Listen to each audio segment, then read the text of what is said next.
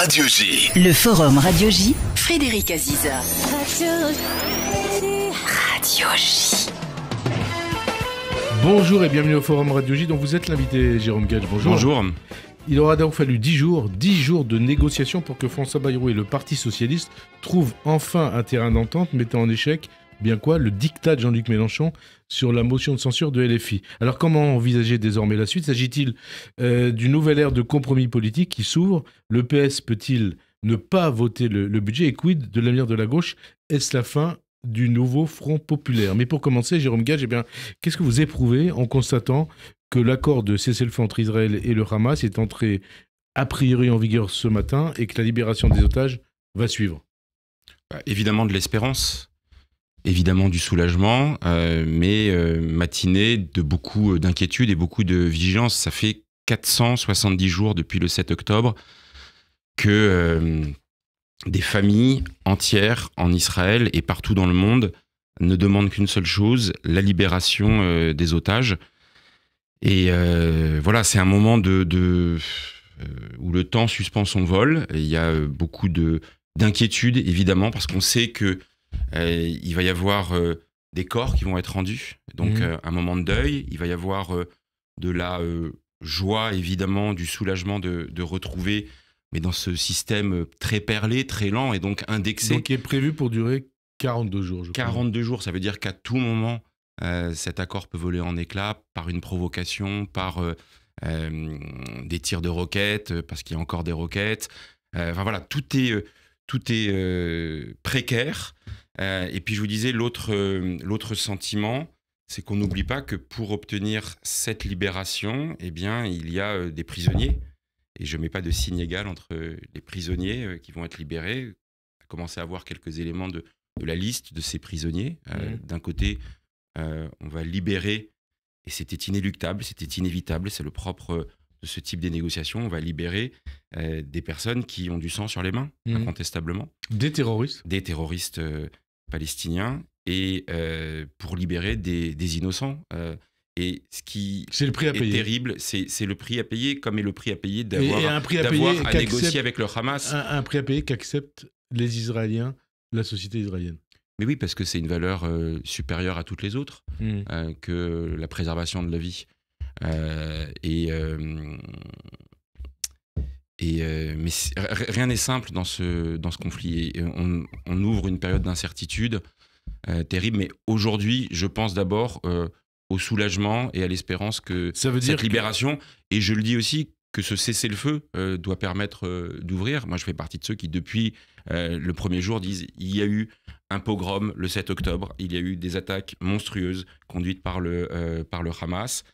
Et puis après, il y a une guerre terrible qui s'est ouverte, et il faut libérer les otages, mais dans le même temps aussi préserver les vies palestiniennes et les vies civiles palestiniennes. Alors, est-ce que la paix est encore possible ? Comment et quand ? En clair, quels sont les paramètres de la paix ? Parce qu'il faut en parler, c'est l'après. Et est-ce que la paix aussi peut s'imposer avec les mêmes dirigeants du côté israélien et du côté palestinien ?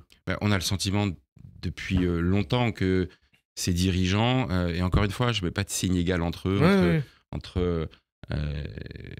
au-delà de tous les désaccords, et ils sont profonds, ils sont ancrés, que j'ai avec Benyamin Netanyahou. Il a été démocratiquement élu dans la seule démocratie de la région, et donc pas de signe égal entre Netanyahou et le Hamas, bien évidemment. Mais on voit bien que ces deux voix se sont nourries mutuellement, si j'ose dire, dans une forme de statu quo dans lequel la guerre constituait pour eux la source principale de légitimité de leur maintien au pouvoir. Donc les deux sociétés, israéliennes et palestiniennes, ont à se réorganiser profondément. L'une le fera dans le cadre démocratique, c'est Israël. L'autre, et c'est là l'inquiétude, c'est que je ne vois pas de perspective à court terme de réforme de l'autorité palestinienne, totalement discréditée, à l'instar de Mahmoud Abbas. Et on ne voit pas se construire. Et donc, il faudra de l'intervention extérieure. Il faudra que la diplomatie internationale y contribue. On avance, mais d'abord, depuis un an, il y a des accusations de génocide contre Israël. Est-ce qu'elles sont justifiées notamment de la part de vos amis de LFI ? Génocide. On en reparlera. Vous mettez des guillemets autour de mes amis de LFI, parce que c'est notamment sur ce point, mais pas uniquement, que des désaccords principiels de valeurs, un antagonisme s'est exprimé. On en parlera. Je n'utilise pas le terme de génocide, et le fait de ne pas le faire aboutit à être catalogué. Je peux vous montrer la liste des commentaires que j'ai régulièrement sur mes réseaux sociaux. Le fait de ne pas utiliser les mots qu'ils utilisent fait de vous, du coup, un sioniste génocidaire. Voilà, il n'y a pas... Vous dites exactement ce qu'il fallait dire. Parce que vous avez vu que les termes ont évolué depuis des dizaines d'années. Les antisémites de l'affaire Dreyfus disaient les Israélites, ils ne voulaient pas dire juifs. Bon, après, on a eu les Youpins, les sionistes et maintenant les génocidaires. Oui, enfin, on est dans ce mouvement de radicalisation absolument insupportable qui consiste, au nom d'un combat sur lequel on peut avoir des positions communes, mais à l'enfermer dans des mots, et ces mots ont un sens. Je vous redis, je l'ai déjà exprimé à ce micro, les raisons pour lesquelles je n'utilise pas ce terme, parce que il participe de ce mouvement de délégitimation même de l'existence de l'État d'Israël. Quand on parle d'apartheid, quand on parle d'État colonial depuis 1948, moi je combats la colonisation et le maintien de la colonisation à partir de 1967, mais je suis effrayé quand je parle parfois avec des étudiants de voir que dans leur tête s'est infusée l'idée que Israël serait un État colonial depuis 47. Depuis 1947 ou 1948. Donc apartheid, colonisation, génocide. Évidemment, tout ça participe d'un mouvement de délégitimation, nazification d'Israël. Et de la part de LFI, hein.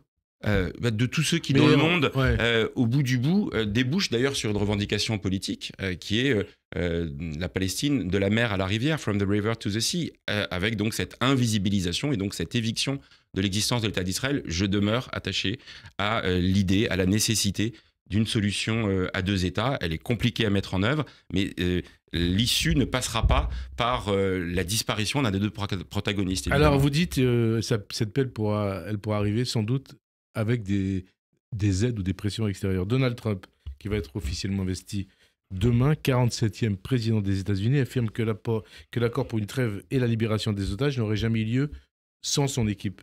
Est-ce qu'il ne faut pas dire merci à Trump ? Mais ce qui est terrible, parce que incontestablement... Parce que quelque part, c'est un peu vrai. Hein, incontestablement, c'est ce que j'allais vous dire. C'est même totalement concomitance calendaire à la veille de son investiture accrédite cette idée. Mais dans cette idée, il y a une part de cynisme terrible. Il y a une part de dépit, de dégoût, de regret, de se dire ce qui a été possible à un moment, pourquoi ça n'a pas été possible en amont, plus tôt. Parce que le temps perdu, c'était de la souffrance, de la peine, du deuil, de part et d'autre. Et c'est insupportable, cette dimension qui existe toujours dans la diplomatie. Ce qu'on dit même en Israël, cet accord aurait sans doute pu être signé en mai dernier. Hein. C'est évidemment ça. Et le fait que Benyamin Netanyahou, d'une certaine manière, ait attendu le résultat des élections américaines et livré comme une sorte de cadeau à Donald Trump au moment de son arrivée, tout ça a quelque chose de révulsant, je le dis, parce que ça veut dire que dans la hiérarchie des priorités, à un moment donné, c'est les enjeux politiques, de positionnement qui ont prévalu. Un accord qui a eu lieu d'ailleurs après que Stephen Witkoff, c'est un nom qu'il faut retenir, conseiller spécial de Donald Trump au Moyen-Orient, qu'est-ce qu'il a fait ? Il a tordu la main de Benjamin Netanyahou, qui ne voulait pas le recevoir un jour de Shabbat, qui lui dit « Shabbat, je m'en fous ». On va discuter de cet accord de paix. Qu'est-ce que ça annonce pour la suite ? Mais ça veut dire que la détermination que met Trump, qui elle est associée à une forme d'imprévisibilité, ce sera un autre problème à l'échelle planétaire. C'est-à-dire que le Trump est insaisissable, il a des priorités, on en reparlera. Ça dit juste qu'il est capable de créer du rapport de force, qu'il est capable de tordre le cou, y compris avec ses alliés. Et nous sommes un allié historique des États-Unis, je parle nous, l'Europe, et par conséquent, il faut s'attendre à une inversion des priorités de la part des États-Unis. Les États-Unis de Donald Trump, c'est assez limpide son programme. C'est America's First, ça veut dire deux choses. Dans les affaires domestiques, une priorité au sujet sur l'immigration, notamment, on va le voir dès les premiers décrets qu'il va prendre demain, sur les questions de compétition sur le commerce international et sur la question diplomatique. Sa priorité, c'est la Chine en réalité. Ça veut dire qu'il va se désinvestir de deux terrains, l'Europe, évidemment, pour lequel il y avait un lien historique, et le Moyen-Orient, pour lequel il va dire il faut que je trouve des relais diplomatiques, notamment en Arabie Saoudite, notamment l'Arabie Saoudite, pour faire en lieu et place des États-Unis. Mais donc, ça ouvre la place aussi à de l'incertitude et de l'incertitude. Moyen-Orient avec le dossier iranien. Est-ce que le scénario de la raison de la paix peut s'imposer avec un Iran nucléaire? En clair, est-ce qu'on peut laisser l'Iran ou l'Iran posséder de l'arme atomique? Est-ce qu'il faut considérer que Trump peut décider, dès son retour, dès demain, à la Maison-Blanche, de détruire l'arsenal nucléaire iranien? Est-ce que ça ne serait pas un soulagement pour la planète? C'est vrai que partout dans le monde, on peut s'accorder sur le fait qu'il ne faut pas que l'Iran ait l'arme nucléaire, parce qu'un pays qui, ouvertement, année après année, menace l'ensemble de ses voisins, à commencer évidemment par Israël, mais l'Arabie Saoudite, évidemment aussi, peut et doit s'inquiéter de la possible obtention du nucléaire militaire par l'Iran.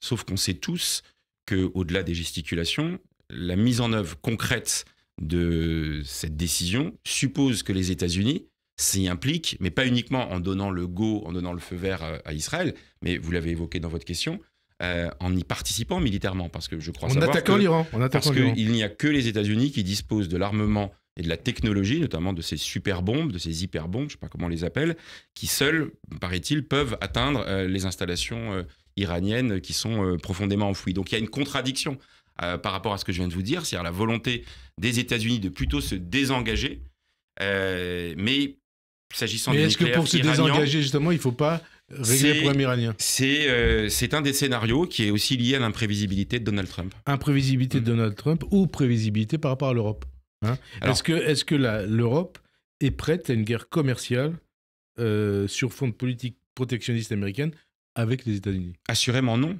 L'Europe, ces dernières années, c'est plutôt désarmée, sans mauvais jeu de mots par rapport à ce qu'on vient d'évoquer précédemment. L'Europe a eu la naïveté du libre-échange aveugle et sans contrepartie. Donc moi, j'ai toujours défendu l'idée à l'échelle européenne d'une forme de souveraineté, d'un protectionnisme intelligent, en lieu et place de ce que va être la brutalité des mesures qui seront peut-être prises dans les prochaines heures ou les prochains jours par Donald Trump. Nous annonce 100 décrets pour demain lundi. Hein. Et ce désengagement, alors d'abord il y a cette guerre commerciale de la part de Donald Trump, dont l'Europe peut être la première victime, parce que l'autre grand pôle, la Chine, assume cette guerre commerciale avec 1000 milliards de dollars d'excédent commercial. Et donc, il faut un changement de braquet du côté européen. De quelle manière? Ça veut dire plus d'Europe ou moins d'Europe? Il faut assurément plus d'Europe. Et je le dis, assumer ces mesures de protection de l'industrie américaine, de l'industrie européenne, quel lapsus. Mais c'est exactement ce que fait Donald Trump. Je veux dire, moi, ça me ferait pas peur de dire Europa's first. Voilà, c'est-à-dire il faut en avoir les moyens, il faut le vouloir. Il faut assurément le vouloir. Et puis l'autre sujet qui me il faut préoccupe, que tous les chefs d'État de la zone euro l'acceptent. Oui, mais du coup, ça va se lier à un autre sujet, qui est, parce que la relation privilégiée commerciale avec les États-Unis, elle était aussi le corollaire de la dépendance stratégique de l'Europe à l'endroit des États-Unis. Dès l'instant où les États-Unis vont s'engager, alors de manière plus ou moins lente, dans un mouvement qui doit déboucher sur l'autonomie stratégique en matière de défense de l'Europe. Donc, autonomie stratégique, autonomie commerciale. Ouais. On va le voir, le vrai test, ça va être sur la question ukrainienne, de savoir à quel point Donald Trump va, à un moment donné, participer d'un mouvement dont on dit qu'il est inéluctable, au lendemain notamment de l'arrivée de Donald Trump, qui est d'acter la fin de la guerre entre l'Ukraine et la Russie en reconnaissant la partition de l'Ukraine. La fin de la guerre, ça veut dire la souveraineté, la capitulation de l'Ukraine. En tous les cas, le renoncement à ce qui avait pourtant mobilisé tout le monde à l'origine. On ne peut pas violer les frontières en Europe, ce serait un précédent fâcheux. Et ce qu'on voit se dessiner, c'est à un moment donné le fait de dire, écoutez, il faut arrêter la guerre. Là, on va reconnaître la souveraineté russe sur le Donbass, la Crimée, et fin de l'histoire. Et ça, 10 ans après la première attaque en Crimée et 3 ans après l'invasion de l'Ukraine, ce serait une faillite morale et politique pour l'ensemble de l'Europe, mais c'est ce vers quoi on s'oriente, hélas. Europe, États-Unis, cette guerre commerciale qui apparaît probable à partir de demain entre l'Europe et les États-Unis, est-ce qu'elle peut déboucher? Est-ce qu'il faut s'attendre à une nouvelle crise économique, financière et sociale, notamment en Europe et notamment en France? Elle a déjà commencé d'une certaine manière. Le mouvement de désindustrialisation, la poursuite des déséquilibres des balances commerciales, c'est aussi parce que les États-Unis assument, et notamment avec une politique fiscale très agressive, de dire aux entreprises, venez chez nous, c'est plus simple, c'est plus facile, c'est, je vais failli dire plus prévisible, non, mais en tous les cas, plus stable pour vous. Donc oui, ça fait partie des risques de déstabilisation auxquels on est confronté. Est-ce que vous dites comme Raphaël Glucksmann qu'il faut, je le cite, commencer la résistance dans la bataille idéologique engagée par Donald Trump et Elon Musk? Résistance. Alors Raphaël a raison d'utiliser ce terme parce que... Quel terme? Le terme de résistance, parce que c'est une bataille plus ou moins larvée, mais ce que fait Elon Musk à l'appui de Donald Trump, c'est de saper les fondements des piliers démocratiques. Voilà. Donc, saper y compris en Europe. Y compris en Europe. Aujourd'hui, quand vous avez Elon Musk qui ouvertement, alors qu'il va être partie prenante de l'administration américaine, c'est pas uniquement un milliardaire qui a sa danseuse et qui s'intéresse à la vie politique. Il est aujourd'hui dans le cabinet, dans l'équipe gouvernementale de Donald Trump. Et quand il choisit ses marottes, quand il choisit ses marottes et qu'il dit à tel endroit, le Premier ministre anglais, il faut s'en débarrasser, l'AfD, il faut la soutenir, demain, on peut s'attendre légitimement, au regard de ce qu'il a déjà dit, à ce que Donald Trump et plutôt Elon Musk prennent ouvertement parti pour Marine Le Pen ou pour l'extrême droite en France. Ça peut aider Marine Le Pen ou pas? Alors on la voit ou Éric Zemmour. On les voit un petit peu osciller sur le sujet parce que plus l'agressivité américaine s'exprimera à l'endroit de l'Europe ou sur les sujets qu'on vient d'évoquer, guerre commerciale et des engagements militaires, plus ce sera compliqué de privilégier le soutien idéologique à une forme de patriotisme, voilà, qu'on doit et qu'on peut avoir. Forme de patriotisme, résistance. Est-ce que ça commence par un retrait du réseau X de Elon Musk, comme le souhaitent un certain nombre de leaders de gauche, notamment des Verts? Écoutez, c'est une question qui se pose légitimement. Moi, j'y réponds par une formule peut-être un peu paresseuse. Si tous les dégoûtés s'en vont, il ne restera que les dégoûtants. Et donc, est-ce qu'on laisse cet espace autonome de ce réseau social uniquement entre les mains de ceux qui prônent la brutalisation, la haine, les fake news, les théories complotistes? Moi, je suis ambivalent. Vous classez qui dans les dégoûtants en France? Ceux qui alimentent les antivax, les antisémites, les racistes, tous ceux qui développent des thèses complotistes qui, je le redis, sapent les fondements de la démocratie, la confiance dans nos institutions. Moi, c'est ambivalent parce que j'apprends plein de choses tous les jours. J'apprends plein de choses tous les jours sur les réseaux sociaux et en même temps, je vois le déversoir de haine que ça représente. Jean-Luc Mélenchon fait partie de ces dégoûtants? Sur X, notamment? En tous les cas, il ferait mieux de moins tweeter. Vous savez, à une époque, on parlait de Donald Trump. Les gens disaient qu'il faut retirer X ou Twitter à l'époque à Donald Trump. Parfois, quand je vois certains tweets de Jean-Luc Mélenchon, un peu compulsifs, je me dis qu'il ferait mieux de se voir retirer l'usage de ce réseau. On va en parler. Mais c'est pas une obsession, Mélenchon. Si, toujours un peu, vous pouvez le dire. Un petit peu. On en vient à l'actualité franco-française, justement, avec le rejet de la motion de censure de LFI. En clair, le PS a refusé de céder au dictat, encore lui, de Mélenchon et des dirigeants insoumis. Pourquoi? Parce que d'abord, on ne s'est pas positionné en fonction du dictat ou des positions de la France insoumise. On s'est positionné en parti politique autonome qui avait chevillé au corps la question de l'intérêt des Français dans un moment où il n'y avait pas de possibilité de dégager une majorité claire. Moi, j'aurais préféré que la gauche gagne les élections législatives. J'aurais préféré qu'on soit en situation de mettre en œuvre les éléments sur lesquels je me suis battu depuis 2022 à l'Assemblée nationale et qui poursuivent les combats que je mène depuis des années. Ce n'est pas le cas. Là, il y avait deux attitudes. Il y a ceux qui disaient c'est tout le programme, rien que le programme.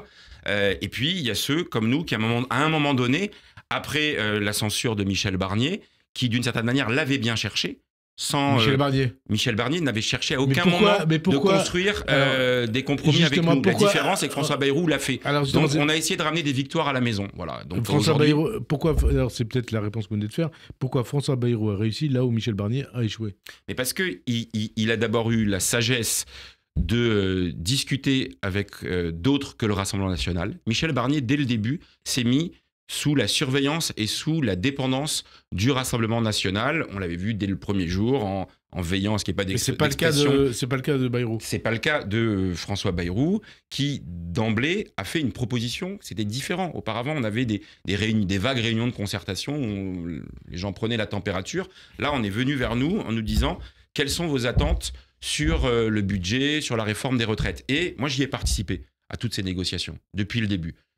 Parce que je pensais qu'il fallait qu'on prenne notre risque et qu'on prenne nos responsabilités. À la fois pour offrir de la stabilité au pays, voilà, mais pas à n'importe quel prix. Et en ramenant des victoires à la maison sur l'hôpital, sur les services publics, sur l'école, sur la justice fiscale, sur l'ensemble de ces questions. Voilà, donc on a eu une divergence stratégique majeure que j'assume. On va parler de tout ça, mais qu'est-ce qui s'est passé? Est-ce que vous avez retrouvé, on parlera après des concessions que vous avez obtenues, est-ce que vous avez retrouvé la voie de la raison et du courage?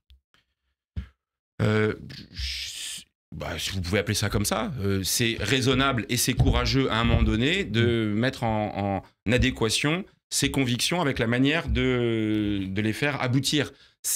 Nous, on refuse la gauche du tout ou rien. Voilà, on aurait pu rester tranquillement dans notre fauteuil ou devant notre compte Twitter à ronchonner, à rouspéter, à invectiver les uns et les autres. À un moment donné, on a estimé que notre rôle était d'aller chercher des avancées concrètes, il faut s'assurer qu'elles soient bien mises en œuvre, plutôt qu'une forme de chaos institutionnel. On sait bien que la divergence stratégique avec la France insoumise, elle était assumée de leur part. Ils ont déjà quasiment un candidat à l'élection présidentielle, c'est Jean-Luc Mélenchon, donc d'une certaine manière, on en reparlera peut-être tout à l'heure, c'est lui qui décide de faire cavalier seul, et puis avec un autre calendrier, depuis des semaines, c'est la destitution du président de la République et une élection présidentielle anticipée. C'est pas notre priorité. Vous avez vu que certains commentateurs considèrent trivialement, Jérôme Guedj, que le PS avait retrouvé collectivement, je cite, entre guillemets, ses couilles. Ça vous parle? Ça vous parle ou pas? C'est intéressant un dimanche de parler ainsi. Non, mais c'est les commentateurs qui disent ça. Écoutez, si vous parlez de couilles, ça me fait penser à une phrase de Rabelais qui disait la tête perdue ne périt que la personne, les couilles perdues périrait la nature humaine tout entière. Et donc c'était donc une invitation au courage et au courage de ses convictions. Donc vous allez retrouver vos couilles. En tous les cas, là aussi, on a mis en adéquation tout ce que je viens de vous dire avec... Il faut poser des actes en politique. À un moment, on pose des actes. Et moi, je me félicite. J'étais de ceux qui, depuis des mois... Oui, on vous a suivi. C'est la stratégie Jérôme Guedj qui a obtenu satisfaction. C'est à un moment donné, quand on a des désaccords majeurs, on ne peut pas regarder ailleurs. On ne peut pas faire comme si ça n'existait pas. Et mieux vaut aller la confrontation plutôt que baisser les yeux. Parce qu'il y en a certains dont la seule méthode, en effet, est de vous faire baisser les yeux. C'est se soumettre ou se démettre. Donc à un moment donné, on veut dire ça... Pas en notre nom, pas avec nous. Je pense qu'on a bien fait de le faire. Alors, François Bayrou vous a donné satisfaction sur quasiment l'ensemble de vos demandes, comme une nouvelle négociation, ce conclave sur les retraites, la suppression de postes dans l'éducation nationale, c'est enterré, une revalorisation de toutes les pensions de retraite, pareil, ce qui avait été décidé avant, enterré, l'annulation du déremboursement des consultations médicales et des médicaments, pareil, enterré, et ça vous y tenez. Vous y teniez, l'abandon de la baisse prévue des crédits pour la mission Outre-mer ou encore une hausse du taux de la taxe sur les transactions financières. Dans ces conditions, Jérôme Guedj, on vous voit mal voter la censure sur le budget. C'est juste, non? Alors d'abord, si on revient sur chacun de ces points, il faut vraiment, parce que pour bien mesurer, il y a un mois ou un mois et demi, plus personne ne parlait de la réforme des retraites. C'était considéré comme un train lancé qu'on ne pouvait pas arrêter, les 3 mois supplémentaires chaque année de report de l'âge légal. Le rapport de force qu'on a établi a permis de remettre en haut de la pile politique ce que les syndicats souhaitaient, ce que nous-mêmes nous défendions, à savoir la réhabilitation du dialogue social et de la démocratie sociale. Le fait que ce conclave, je ne sais pas s'il faut aimer le terme, même si le conclave, il est forcément fructueux. Vous attendez quelle fumée blanche d'ailleurs? J'attends qu'on revienne sur l'âge légal de 64 ans. Voilà. Il ne peut pas y avoir une discussion qui évacuerait ce qui était au cœur de la mobilisation. Donc 63 ans, ça vous irait? De l'âge légal. C'est les partenaires sociaux Ouais. qui trouveront le chemin. Ils ont un cahier des charges qui est de dire, vous devez à la fois respecter l'équilibre financier, et nous, on fait partie des gens responsables qui n'ont jamais contesté qu'il y avait un déséquilibre. On a simplement dit qu'il était limité. Je veux dire, quand on a 6 à 15 milliards de déficit sur la branche vieillesse, mais sur un ensemble de 380 à 400 milliards de pensions de retraite. C'est moins de 5% de déficit. Et donc, quand on a 5% de déficit, on ne passe pas par-dessus bord tout un système. Moi, je prends toujours cet exemple. Si vous avez un loyer ou un crédit pour rembourser votre maison de 1 000 € et qu'à la fin du mois, il vous manque 50 € pour rembourser, vous déménagez pas. Vous vendez pas votre maison, vous essayez de trouver une solution. Donc la solution, elle est en train d'être trouvée. Et j'espère, en tous les cas, on vérifiera à la fin du processus. Et ce qu'on a obtenu, notamment dans le courrier de dernière minute de François Bayrou, c'est cette phrase extrêmement importante.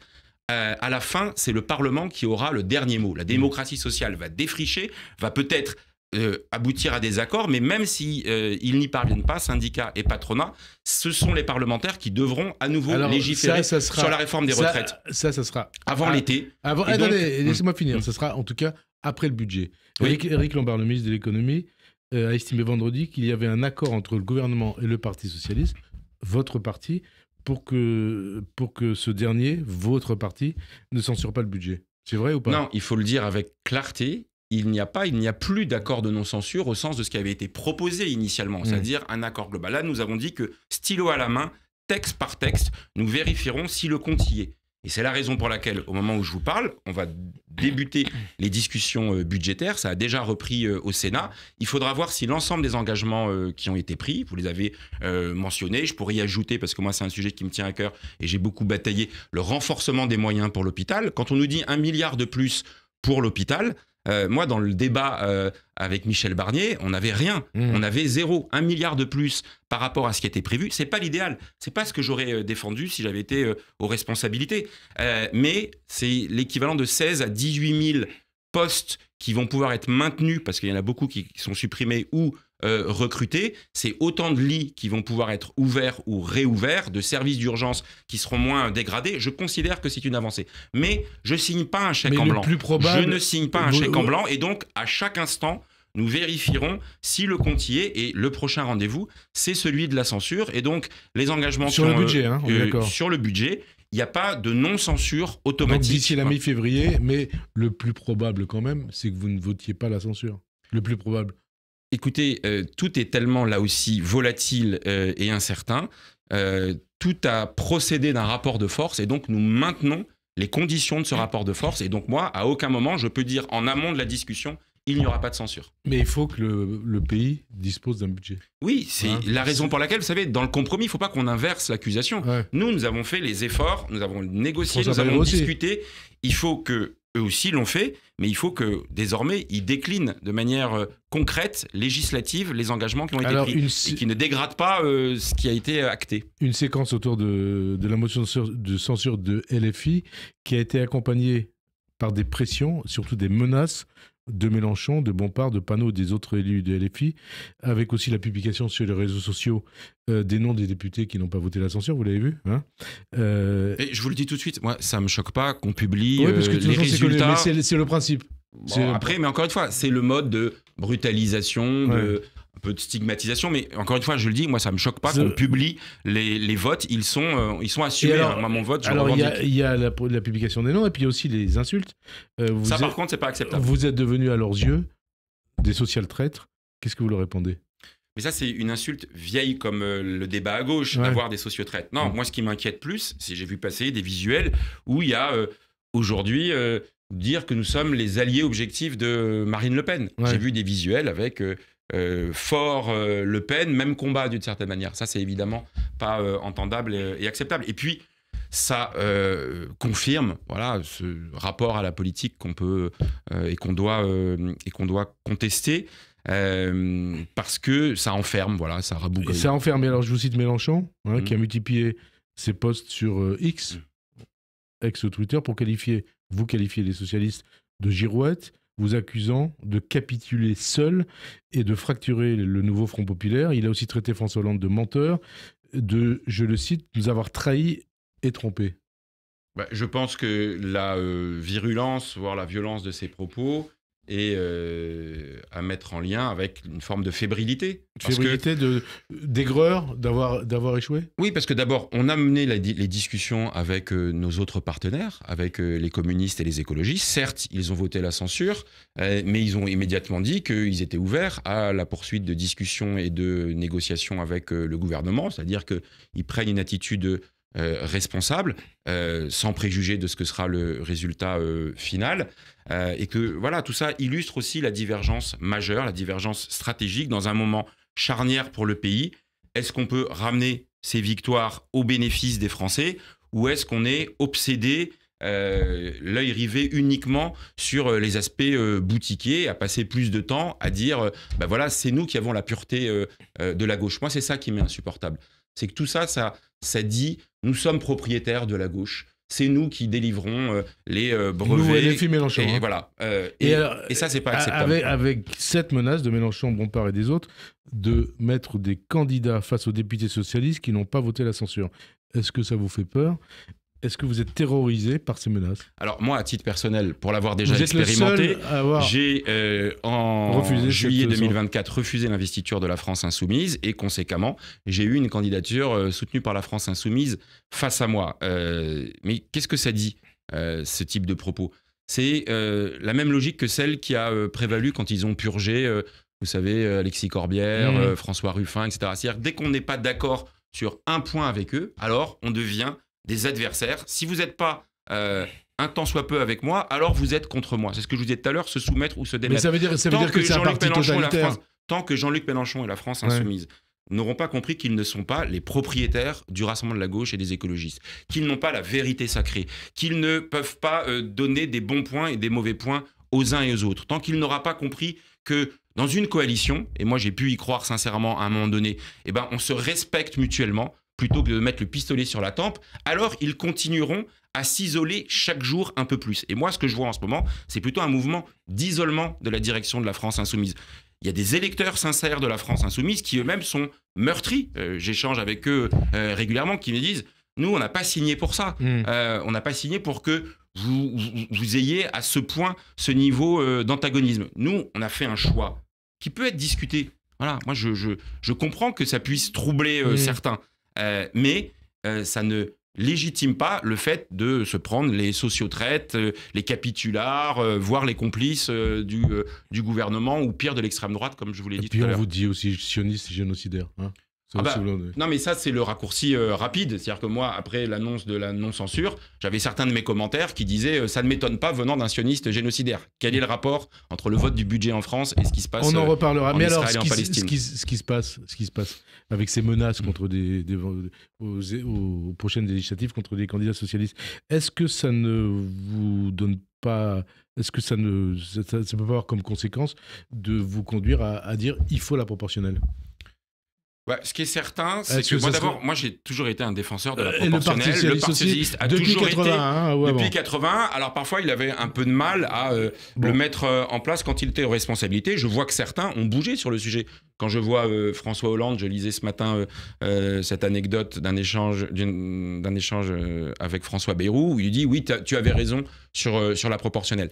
C'est d'abord un gage de la représentation juste des différentes courants de pensée dans le pays. Est-ce qu'il faut la proportionnelle rapidement ? Et c'est aussi ce qui permet de ne pas être cadenassé par des accords électoraux qui sont parfois construits le dos au mur. Je vous rappelle, parce qu'on l'a trop oublié, avant la dissolution du 9 juin, le Parti socialiste avait indiqué qu'il ne souhaitait plus être dans une coalition avec la France insoumise. Et le NFP n'a pu se construire ou se reconstruire, si j'ose dire, après l'éclatement de la NUPES, uniquement parce qu'il y avait la menace immédiate, urgente de l'accession au pouvoir de Jordan Bardella. Donc, oui, tout de suite. Proportionnel, je pense que François Bayrou serait inspiré d'aller vite sur la mise en œuvre de celle-ci. Ça doit être une priorité avant l'été ?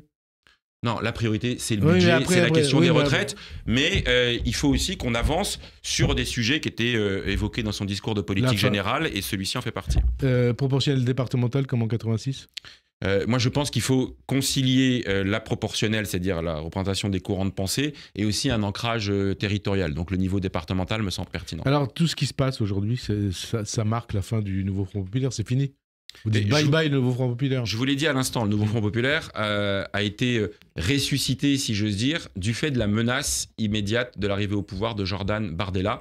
À cet égard, il a été efficace, puisqu'il a été la première étape préalable à un autre événement qui a été le Front républicain. Un accord électoral et le programme qui lui est adossé dès l'instant où il n'est pas couronné de succès. Il ne faut pas entretenir l'illusion qu'il s'applique le doigt sur la couture du pantalon. Je demeure favorable, évidemment, au rassemblement de la gauche et des écologistes. Mais ça suppose de repartir d'un contenu programmatique. Ça suppose de repartir d'un contenu programmatique pour exercer le pouvoir. Et puis surtout aussi une forme d'un certain nombre de méthodes dans le débat politique. Moi, je pense qu'on gagne plus à faire vivre la dispute apaisée. C'est-à-dire, on peut avoir des convictions. Moi, je suis authentiquement de gauche, cette gauche républicaine, sociale, écologique, universaliste, laïque, voilà, et qui essaye de concilier les changements qu'on peut apporter, mais en même temps, de ne pas tourner le dos à un certain nombre de valeurs, de principes qui, malheureusement, ça, c'est le chemin qu'a pu emprunter la France Insoumise, d'ailleurs, sur un certain nombre de sujets. La France Insoumise, c'est un parti ou c'est une secte autour de son chef Mélenchon? Non mais vous voyez, je vous le dis, c'est pas l'alpha et l'oméga, c'est un mouvement gazeux. D'ailleurs, d'une certaine manière, le NFP, c'est aussi un mouvement gazeux. Donc faut pas lui trouver des vertus. Moi, je connais pas de lieu où le NFP se réunit. À l'Assemblée nationale, contrairement à la NUPES, il n'y a pas d'intergroupe, il n'y a pas de lieu où on coordonne le travail qu'on est amené à faire ensemble. François Hollande, il parle beaucoup ces temps-ci. Il dit ce matin dans la Tribune que le PS a désormais la clé jusqu'en 2027. Traduction. Ça veut dire que le nombre de députés, le nombre de sénateurs que nous sommes, le positionnement clair que nous avons pris, à savoir dans l'opposition, nous sommes dans l'opposition, il n'y a pas de contrat de coalition, il n'y a pas de socialistes au gouvernement, mais nous souhaitons, dans la période, ramener le maximum d'avancées concrètes pour les Français. Donc c'est un principe de responsabilité qui accepte la règle du compromis. Et puis ça nous met en effet en position charnière. Je préfère que le gouvernement de François Bayrou, contrairement à celui de Michel Barnier qui dépendait du RN, eh bien, dépendent de la position que les socialistes vont prendre sur chacun des sujets. Donc encore une fois, pas de chèque en blanc et donc la possibilité de peser sur ce gouvernement. Donc François Hollande a raison de dire que nous sommes redevenus centraux. Pour autant, nous ne sommes pas des centristes, je le dis tout de suite. Et d'ailleurs, vous pourriez, avant 2027, rentrer au gouvernement Bayrou ? Ça peut évoluer comme ça ou pas ? Non, parce que dans ce gouvernement Bayrou, il y a des hommes de droite que je continue à combattre. Et donc, il n'y a pas de raison d'entretenir la grande confusion. Je pense que ce pays a besoin de clarification. Moi, je rêve, à l'élection présidentielle de 2027, d'avoir au deuxième tour de l'élection présidentielle un candidat de la droite républicaine et un candidat de la gauche républicaine. Le pays s'en portera mieux. Et si c'est un de second tour, Le Pen-Mélenchon, vous faites quoi ? Écoutez, chaque chose en son temps, chaque chose en son temps. Je pense qu'il faut tout faire pour éviter ce scénario. Et c'est la raison pour laquelle, moi, je souhaite que la gauche, par le travail, par les aspects programmatiques, par la construction du rassemblement, et puis vous savez, il y a des étapes intermédiaires, il y a des élections municipales, et donc on ne peut pas être dans la situation où, vous savez, la France insoumise, c'est pour ça que ça me fait marrer par moments quand je les entends dire « vous avez trahi », etc. Qu'est-ce qu'ils ont fait il y a un mois ? Ils ont annoncé la liste de leurs candidats aux élections municipales et dans plus de la moitié des cas, c'est face à des maires socialistes sortants. Donc, Jean-Luc Mélenchon, tout seul dans son coin, il annonce sa candidature à l'élection présidentielle. Donc, à un moment donné, c'est l'hôpital qui se moque de la charité en matière de division. L'hôpital qui se moque de la charité, ça concerne aussi la présidentielle, puisque Mélenchon et ses amis, ses camarades, estiment qu'Emmanuel Macron ne sera pas en capacité d'aller jusqu'au terme de son mandat. Qu'est-ce que vous en pensez ? Je l'évoquais tout à l'heure. C'est pour ça que je vous repose la question. Cette espèce d'obsession calendaire, de se dire il faut une présidentielle tout de suite maintenant, et donc pour cela il faut qu'il y ait une déstabilisation, un chaos institutionnel, la multiplication des motions de censure, l'impasse dans le fonctionnement du pays, l'absence de budget. Bon, voilà, là on a une divergence. Nous ne souhaitons pas ce chaos institutionnel. Vous souhaitez qu'Emmanuel Macron a été élu doit aller pour jusqu'à la fin de son mandat. Il doit aller à la fin de son mandat et nous aurons la grande confrontation à ce moment-là. Alors, on en vient à... c'est lié à l'activité du jour. Vous l'avez dit tout à l'heure, les tensions entre du PS avec LFI ont débuté juste après le pogrom du Hamas du 7 octobre, suite à la ligne pro-Hamas de Jean-Luc Mélenchon et des Insoumis. Mélenchon qui multiplie depuis des années des tweets et des déclarations relant nauséabonds sur des personnalités d'origine juive. Vous en avez fait les frais. Il y a eu Yael Braun-Pivet, Elisabeth Borne, Benjamin Haddad, même Pierre Moscovici. C'était déjà en 2013. Qu'est-ce que ça vous fait d'avoir été la cible d'attaques antisémites de votre ex-ami Mélenchon et de voir qu'il continue dans ce genre d'attaque? Je pourrais vous parler de la meurtrissure personnelle. Ouais, mais vous pouvez en parce parler. que j'ai grandi politiquement, j'ai vécu politiquement avec un sénateur socialiste, laïque, universaliste, républicain, refusant toute essentialisation dans le débat public, toute communautarisation. Qui avait prononcé l'éloge funèbre de Charb. De Charb, évidemment, en 2015. Je me retrouve avec un homme qui prend la plume pour parler de moi en disant que je m'agite autour du piquet où me retient la laisse de mes adhésions dans un texte. Et encore une fois, j'insiste sur ce point, c'est pas un dérapage des tribunes, c'est un texte écrit, ciselé, où il est question du milieu de fanatisme dans lequel je baigne. Et donc, ça, c'est une meurtrissure qui n'est pas que personnelle. De constater que par l'allusion, par le sous-entendu, par l'implicite qui devient de plus en plus tonitruant, il y a des poncifs antisémites, des relents antisémites qui ont été exprimés dans ce texte. Mais c'est pas de la part de Mélenchon. Hein. Oui, de la part de Mélenchon. C'est pas un problème personnel. Ça devrait interpeller et ça interpelle la gauche. Toute la gauche. Parce qu'on peut pas avoir une forme de...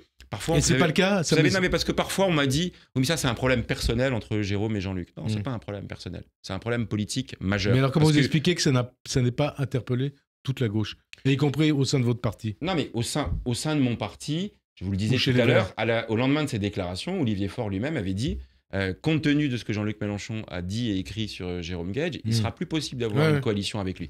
Après, on a été rattrapé par la patrouille avec la dissolution qui a été faite. Sauf qu'à un moment donné, il faut mettre les choses en cohérence. Et donc, c'est plus possible. Voilà. C'est fini. C'est fini, évidemment. Un sondage Ipsos pour le CRIF démontre les ravages et la stratégie de Mélenchon. 20% des sympathisants de LFI souhaitent le départ des Juifs de France. 40% affirment avoir de la sympathie pour le Hamas. 55% adhèrent au moins 6 clichés antisémites. De quoi LFI est-il le nom? De quoi Mélenchon est-il le nom?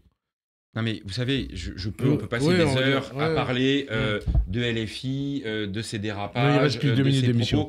Et vous savez, puisque vous citez un sondage, je l'ai oublié de le mentionner tout à l'heure, mais il y en a un qui me tient plus à cœur parce que c'est la meilleure réponse à ça.